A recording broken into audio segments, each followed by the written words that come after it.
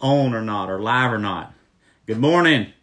Thank you for joining us this morning, and I appreciate you watching every day. We're planning on doing this every day, Monday through Saturday, until whenever. We're going to see what the Lord's going to do. This is Pastor Tad Marshall, Lakeside Baptist Church. Most all of you already know that, but I thought I'd say it anyway. But thank you for joining us this morning, and we appreciate you watching in. We have updates. We have a few prayer requests this morning, and I'm really good at taking something that probably only should be about 5 minutes, and I can make it 15 minutes. Yesterday it was 18 minutes. I don't really intend for it to be that long, but I can talk and I can talk. But thank you for watching. Put a comment on there. I would love to know that you're watching, and I can see many of you joining us right now. This is Wednesday, and I'm here at the office at Lakeside Baptist Church, and while I'm here, many of the men who are over there on the construction, they're working now. I can even hear some of them outside. They're working on this new entrance right outside my office, right down the hallway. That's going to go outside our building and go to the drive-through shelter, go into the new building. And I want you to pray for these men. These are good folks who are working on our building. They're putting flooring down. Pray for a man named Tim Brazel. We've really become good friends with Tim Brazel. He is the foreman for the job foreman for Alan Batchelor. And pray for him. He's just a gifted man who can help lead this whole project. Of course, on our end is Brother Steve Berenson. But pray for Brother Steve. Pray for Tim Brazel. Pray for our folks like Tim, obviously Pastor Tim Goodwin. All these folks working. A lot of things going on. And we are excited about it. We're looking forward to Groundbreaking Day. Are we going to be able to be here for Groundbreaking Day? Well, I sure hope so. I sure pray so. These came in yesterday. This is the new Tumblers. Obviously, Lakeside Baptist Church on one side, but the next generation, the Next Gen Ministry Center, this is a free gift for everyone, I think, at 12 and over, age 12 and over. If you're here on Grand Opening Day on April the 19th, which is the Sunday after Easter, my goodness, we've got Easter coming up. We've got grand opening coming up. So pray for these men who are out here working. They do a tremendous job, but we're excited. And pray for me. I haven't had my coffee yet this morning. And so there's no telling what I'm fixing to say. But we love you. And these are unusual times, incredible times. And I think Brother John's the one that told me the word unprecedented. And yes, there's no precedent for this. Here I am. It goes against everything that I believe. My whole life growing up in my dad's family and traveling with my dad in evangelism, going to Bible college, being a youth pastor, now being a pastor, my whole life is focused on come to church, come to church, come to church. Now your pastor is telling you, don't come to church, don't come to church. That's crazy. These are strange days that we're living in. And so we are having church tonight, but we can only do it by way of media. We can only do it by way of being online. I want to remind you, 7 o'clock tonight, we will, Lord willing, I will be in the auditorium. Somehow, even though I'm not crazy about preaching to empty pews, somehow I'm going to preach from Psalm 138, and you'll be amazed at how God's timing is in all of this. Psalm 138 is perfect for the day in which we live and the time in which we're experiencing. So Psalm 138 tonight, we're going through the Bible one chapter at a time. We've been doing that now for almost 12 years. But that's at 7 o'clock. Brother Wes will be here. He'll be singing. Brother Tim will be here. We'll be, Lord willing, going through prayer time. And the prayer list, we sent that out yesterday by way of Realm. But yes, we're having church. It's just that the building is closed. It's crazy. But I pray that you will join us. Thank you for commenting. We've got a lot of folks joining us today, and I appreciate that. I'm going to try to go through this quickly. We don't have time to be here all day long. And I've got some prayer requests that I'm going to bring before you real quickly, and one very special one. Of course, all of them are very special. And anyway, I want to tell you something. I was reading my Bible, and I come across 1 Timothy chapter 6. Obviously, the Apostle Paul, under the inspiration of the Holy Spirit of God, was writing to his young preacher boy, Timothy, this young pastor, Timothy. And here's what he said. Listen to these words. 1 Timothy chapter 6. And I got my Bible here. Some of you may or may not, but you're watching live on Facebook. You can watch it also archived later today. You can also watch it on the Realm app. As soon as I get done here, I'll try to upload it quickly to the Realm app, and you just click on that link. It'll take you to YouTube. You can watch it on the YouTube channel, Lakeside Baptist Church. But 1 Timothy chapter 6, verse number 6, 7, and 8. Listen, but godliness with contentment is great gain. For we brought nothing into this world. Well, that's for certain. We had nothing on when we came into this world. And it is certain we can carry nothing out. and having food. Here's a lot of people. This is where we're dwelling right now. This is where our mind is right now. This is what we're thinking about right now. And having food and raiment, let us be therewith content. I know this world seems to be all up in the air. Thank you for watching, by the way. Folks are just joining us. That's great. And I know this is going all over the world, but I'm just right here by myself in the office. Thank you for keeping me company. But I want to remind you that God said, if you have food and you have clothes, you can be content. You can be content. Now, what that word contentment means, it means to be content. Contentment is an inner peace in your soul. It's having peace inside of you, peace in your soul, in spite of outward circumstances. Boy, these outward circumstances, they are, the grocery stores, restaurants now, I guess as of today, around South Carolina, are to go or drive through only. Grab and go. Well, that's going to alter our lifestyle maybe at some point, but somehow, God said in the midst of all these circumstances, schools closing down, restaurants perhaps closing down, businesses closing down, churches closing down, the Masters closing down, Disney closing, all of this. How are we going to make it? Well, God said, you will. If you have food, and we do, and I'm going to talk to you about how we can help you if you need help today. If you have food and you have clothing, God said you can be content. And that contentment is an inner peace in spite of these unbelievable outward circumstances. Don't give up. Don't be down. Don't be discouraged. We can still be together. God has allowed us to have media, the internet, cell phones, computers. I didn't see all this coming years ago when I was a teenager. Who thought we could do something like this? But God has given us the ability to have the means to be able to do this. And so even though we can't physically come and gather together and worship, as we know the Bible says, forsake not the assembling ourselves together, we're not going to forsake it. We're just going to do it by way of being online. And I want to encourage you to join us. Thank you. So I challenge you today. Ask God to give you biblical contentment, that inner peace, in spite of all these crazy outward circumstances. Well, I wanted to challenge you today. We're praying for one another. Please continue. Let me go through a prayer list quickly. We'll do this again tonight.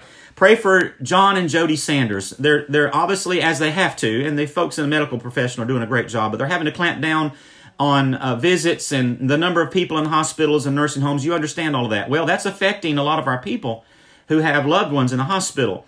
And they're having to leave the hospital for so many hours a day. They're only allowed to be there for so many hours, and they're only to be one person at a time, even in the hospital. So that's affecting John and Jody Sanders. Jody's at the hospital. She's in ICU. Please pray. Please pray about the feeding tube, and they're praying. To be quite honest with you, they're praying that she wakes up. And she's been off dialysis. They may have to put her back on. I don't know. You can contact John. There's more details. But I was speaking to John this morning by way of text, and I talked to him yesterday afternoon. Our heart goes out to John and all the family, the daughters, the grandchildren. So please continue to pray for John and Jody Sanders. Pray for Stephanie Yoho, Stephanie and Walter. Stephanie was able to come home from the hospital, but they still don't necessarily have answers. We love Stephanie. We love Walter. The kids, of course. But she's home, thank the Lord. But we're praying for answers. They're using the word mystery. So please continue to pray for Billy Mosley in the hospital. He has pneumonia. Pray for Brother Jerry Hall. He's got an ear infection. Pray for Brother Melvin Swindell. You know, Brenda and Melvin.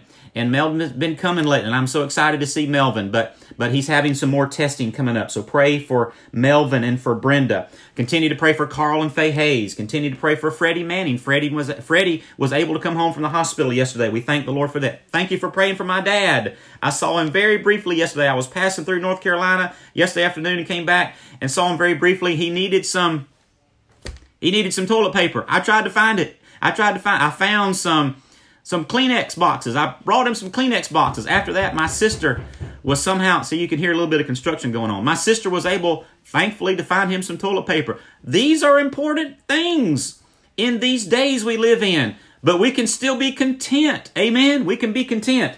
But we're praying for one another. Here's an idea. I'll tell you this. If you, as one of our Joy Class members, as one of our senior adults at Lakeside Baptist Church, some of our younger generation is burdened about you. Thank the Lord for that. Kayla Whittle has contacted my wife, Amy, yesterday, and she said if there's anybody, she wants to get some ladies together, and I think there's some ladies who've already responded. Some of you senior adults, if you need somebody to go to the store for you, if you're not able to get to the store, they're burdened about you having what you need. Now, stores are a little bit crazy right now, but hopefully we can still find some things, and we can find our needs, prayerfully. But these ladies have volunteered to go to the store for you. And so you contact Brother Julian and Miss Sybil. You have contact information. You can also contact me. They can put you in contact with Kayla unless you already have her information.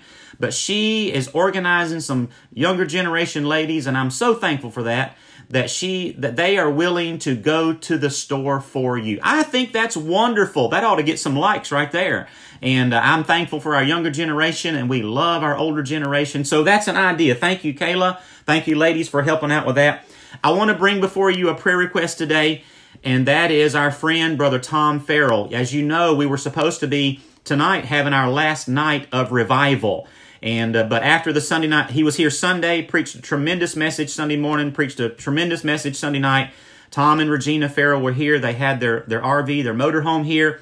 But after the Sunday night service, we felt like maybe the right thing to do, as much as it pained me to do this, I really mean that. We stopped the revival meeting, and again, we're asking God for revival, but we just are not able to meet. You understand that. I've gone through all of that.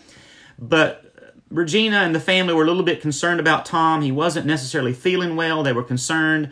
So a long story short, my wife and I, Regina was not able to go to the hospital herself because recovering from cancer, she just can't pick up a germ. You understand that. My wife and I were able to take Brother Tom Monday to the ER. Long story short, something has been bothering him, and they diagnosed him Monday with a brain tumor.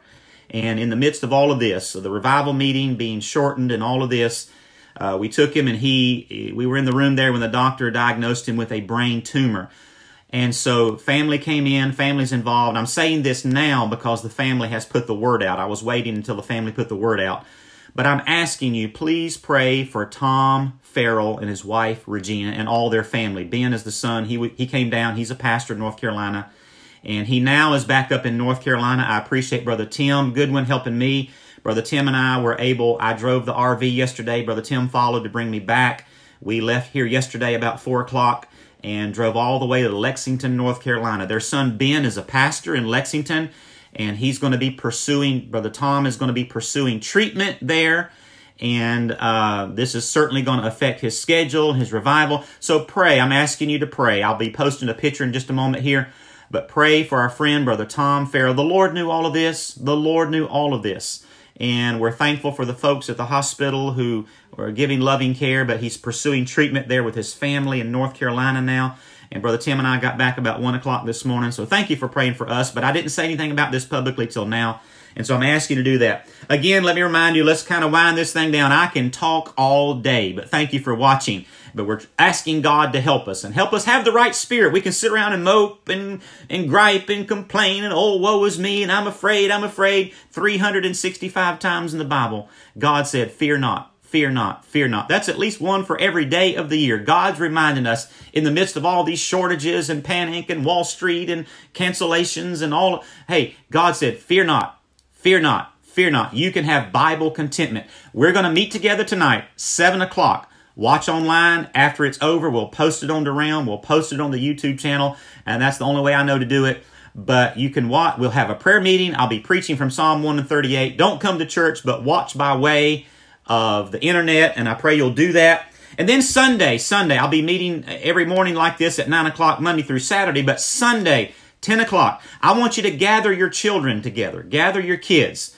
We can't be here for Sunday school. We can't be here for super church. We're not even able to run the bus route. All of these things. Not able to have Awanas on Wednesday night. I don't know how long this is going to last. But we're not going to gripe about it. We're just going to deal with it. And we're going to accept the challenge that God's given us. And but gather the children together. Get them up. I know you're not going to church physically, but I want you to get up. I want you to get the kids ready. Gather them around the phone or the computer, whatever, iPad, however you're watching. Miss Amy, my wife, is going to be telling a Bible story an exciting Bible story Sunday morning at 10 o'clock to all the children. I want your kids to watch. This is for the young children, the elementary division, and that's in lieu of the fact that we can't meet together for Sunday school. Then after that, about 10:15, our assistant, Brother Tim Goodwin, is going to be teaching an adult Sunday school class for all the adults. And, we maybe have a shortened version of all this, but we're trusting God for a good 10 o'clock Bible story time for the children. 10:15, Brother Tim will be teaching Sunday school for the adults. And then about 10:35 or so, we're going to have Brother Wes has got some video clips of our choir. I love to hear our choir sing. Our choir will be singing. We'll have special music. Brother Wes may even play and sing live, and we'll enjoy that. We'll pray together. And then after we have some songs by way of video and even some live, we will be preaching. And I don't even know, I may have a tie, I may shock you, I may not have a tie. I don't know. These are strange days. Don't get upset with me about that. And but we're just going to gather together by way of this means of communication. We love you. We're praying for you. Easter is coming up, April the 12th. Who knows what's going to happen? God's got a plan. And then again, the grand opening for our new building, 1 month, really, 1 month. Is today the 18th? Yes, 1 month from tomorrow, April the 19th. The building is progressing. Thank you, folks, for all your prayers.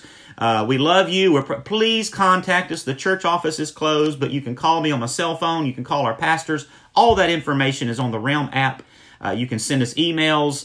I challenge you. In closing, can I challenge you this way? Can I challenge you in closing? The ministry doesn't stop. As somebody said, the church is not closed. We just closed the building.